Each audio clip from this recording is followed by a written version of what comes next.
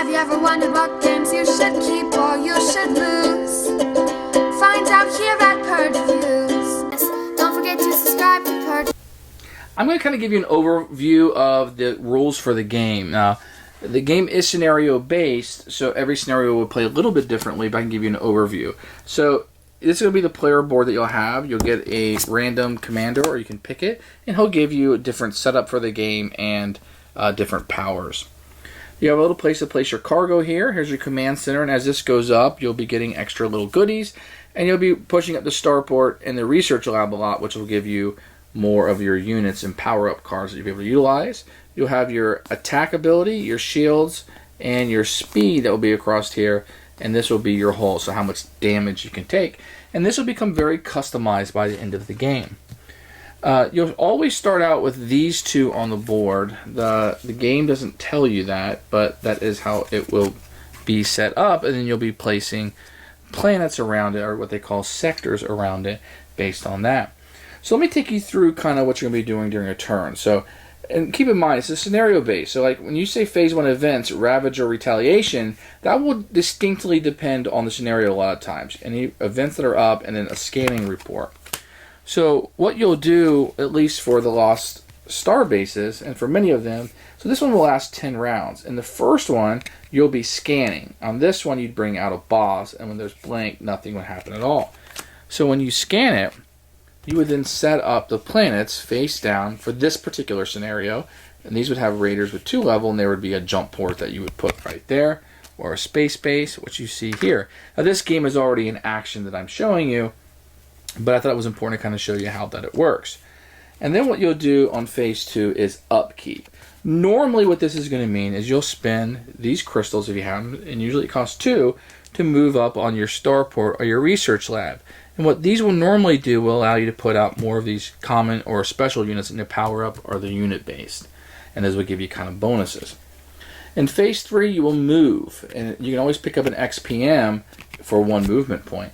And normally what you'll do is you'll just kind of move one spot to move somewhere else. If you want to move through something, the planet will have a movement score. So to move through this would cost 4 movement. So with a lot of speed you could do that, but if you're slower you won't be able to. If something is turned over, you can always explore by turning it over and moving into that location, but then you must stop regardless of how much speed you have. And then what you'll do is you'll go into the phase 4, the encounter phase. And if you explored a new area, you would take one of these encounter cards, and you always choose whether you want to do the easy one or the hard one. The hard one usually gives you a better reward, but it does require 4 successes versus just the 1. And successes are always on a roll of a 6-sided die, 4, 5, 6. So in this case, it would be your speed, because you're trying to get out of there. So you would roll number of dice equal to your speed number. If your speed is a 4, you'd roll 4 dice, hoping to get 1 success. And if you do, you would get the reward for that. You can also do combat. And what combat is going to do is, if a raider is in your area, you can fight it till its death. And the way that is done is you flip over your round card, and depending on whether it's a level 1 raider, 2, or 3, they all act the same. Whoever has the highest speed will act first. If they are to attack, they will attack and do 3 damage. You will then roll your defense, the number of dice equal to your defense score. 4, 5, or 6 is a hit. So if you roll 2 successes, your attack would be 3 minus 2 would be 1 damage to your hull. His hull is 2, so he can take up to 2 damage. On your turn, whatever your attack is, let's say it was 4, you would roll that. I've got 3, a 6, 5, and a 4, which is 3 successes. So I would do 3 damage, which would be enough to kill him. And when that happens, I would get this reward.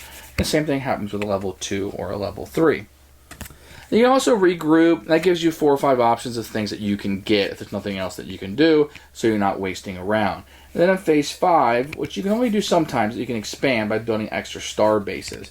And a lot of times you'll be kind of preparing for whatever your scenario is. And there's quite a few different scenarios based on the number of players that you can do. It's a fully cooperative game. The majority of what you're going to be doing is kind of moving around the board, trying to fulfill your scenario requirements. If a raider is there, a lot of times you will fight them to try to get them off the board and to get the reward. And while you're exploring, you'll be doing these cards to try to get rewards also, in order to succeed at the scenario. Usually those 2 things will help you push forward in the scenario. That's really the basics of how it works. Each scenario would tweak the rules and what you're trying to do a little bit, But for the most part, you're just kind of moving around and you're fighting and you're exploring. Thanks for watching the video. I really appreciate you tuning in. If you liked it, please like it and hit that little subscribe button. That really helps out the channel, lets us know that you're getting the videos that you want. If you agreed or disagree with what I said, feel free to comment below. I'd love to hear what you have to say, and I promise that I will comment back. Thanks for watching, and everybody else, keep playing games.